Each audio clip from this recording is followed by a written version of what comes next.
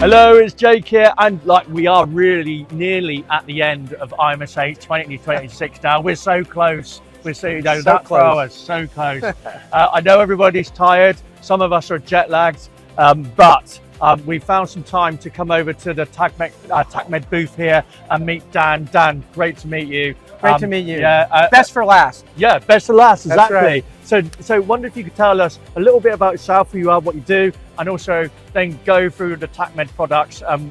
Let's have a conversation. I'd love to. My name's Danny Rosari. I'm the Chief Medical Officer for Tacmed Solutions.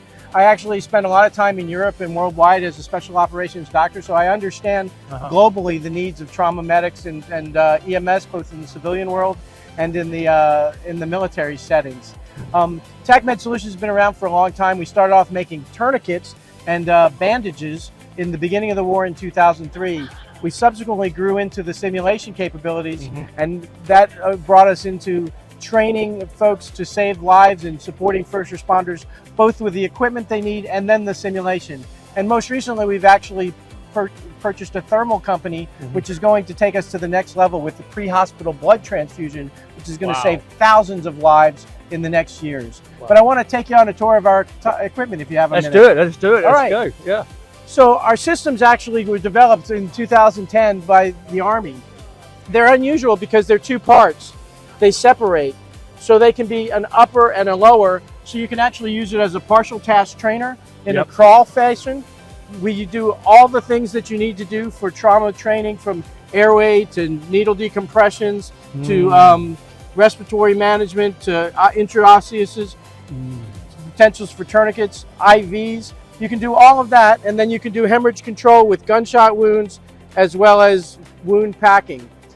You can do that as an individual task trainer, then you pull it together, and as you pull it together, you can do a whole body sweep as an individual, kind of the crawl walk phase, and then you can do it as a team. These mannequins are designed to go anywhere in the world. I've taken these to Afghanistan and trained medics all in hard places. Now, we started off with a male mannequin, but the challenges that we've actually seen in studies that women don't get the same treatment in the EMS world as men for a number of reasons. And so besides the fact that there are casualties and patients that are female, we needed to up our game. So follow me and I'll show you our female let's mannequin. go, have a look. Yeah. I mean, it's really cool that now there's more representation out there for women. We know that especially within the military, there are more women in the armed forces now. And so it's really good that you're looking at that market. Well, absolutely. And actually in the civilian world, there's some studies that show that women are less likely to get CPR in the field than men, probably because we are afraid to undress women and do those CPR things. And then also we've also seen in studies that women are more likely to have wounds that are not found. So this is Maddie. Maddie was released about a year ago. She is a little bit different from our male mannequin in terms of she is a torso, but her arms and legs come off. So what you can do, whereas with the male mannequin, you can change out uppers and lowers to change the patterns of injury. For her, you can change her arms and legs to change the patterns of injury. So it's completely modular. It's completely modular. Okay. And with all of our mannequins, the ability to objectively perform a procedure and then know that that procedure has been done with a simple to use controller is a standard for all the systems we use. I think as well, the key words you said earlier, they were simple. So simple, especially when you're out in the field training as well. Simple. It needs to be easy. Durable. And then this particular mannequin actually has a hidden wound underneath the breast. Forcing you to look for that wound. Okay. And that's really important because we miss things on women because we don't do a proper trauma assessment. But we don't just have humans, we actually have canines as well, because we have military working dogs that we work with, and there's a lot of working dogs in police forces and things. So come see Diesel. Wow. Yeah. Okay. So this Diesel. is Diesel. Yeah. Diesel does everything that the Diesel does everything that our human mannequins do. He breathes, he bleeds, We can do all the procedures that you need to do to save a dog's life. Amazing. As well as sounds.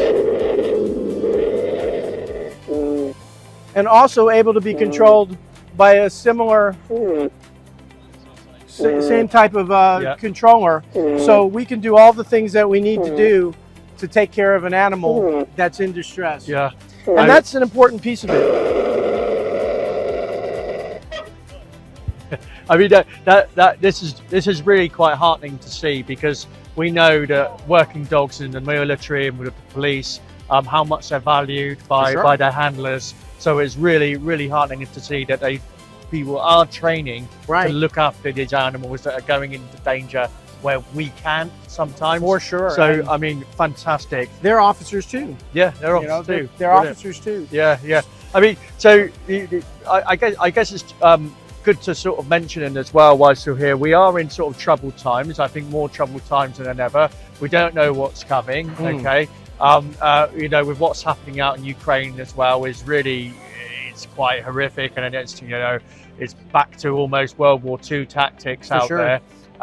Is there anything that you're learning at the moment from the conflicts that are happening around the world? Well, there's a couple of things that we're learning, and it's really a bit of back to the future, lessons we've already known. First is the absolute very first thing you have to do for a person that's injured, that is, if they're bleeding, is stop bleeding. Yeah. You have to stop bleeding. As fast as you can, as carefully as you can, stop bleeding. But the second thing we're learning is the importance of giving blood. Yeah. So in our military, in the United States military, we actually have a program where you actually have a walking blood bank.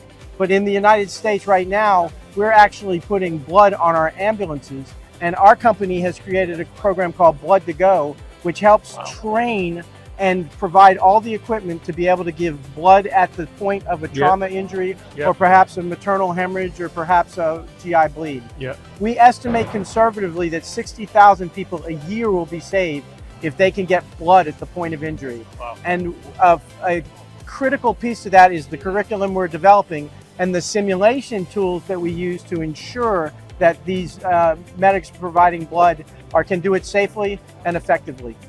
Amazing, brilliant. It's great to see you looking in other directions other than just simulation as well. And also as well, you know, there's only a few companies around here that are operating clinically. They're interested in actually the clinical aspect of how things actually happen, because they have that experience, and they're in simulation at the same time. And that really does help when you can bring them both together. It's great having a simulation company, but we need people to understand what it's all used for properly. Well, and we're actually the rare situation for, in this particular field, we actually produce the tourniquets, we produce the dressings, we produce the training, we produce the simulation, and we can do it all in one package. Yeah, amazing, brilliant. So one last question for you. We've been asking this of everybody, and I think it's, you know, it's related to what's been going on here in these past couple of the days. 2026, we've got a whole year to go. What are you most excited about in healthcare simulation without mentioning AI? I'm most excited about pre-hospital blood transfusion. We know for sure that if 37% of people who are alive at the scene of an accident, if they were alive at the scene and died, they could have been saved.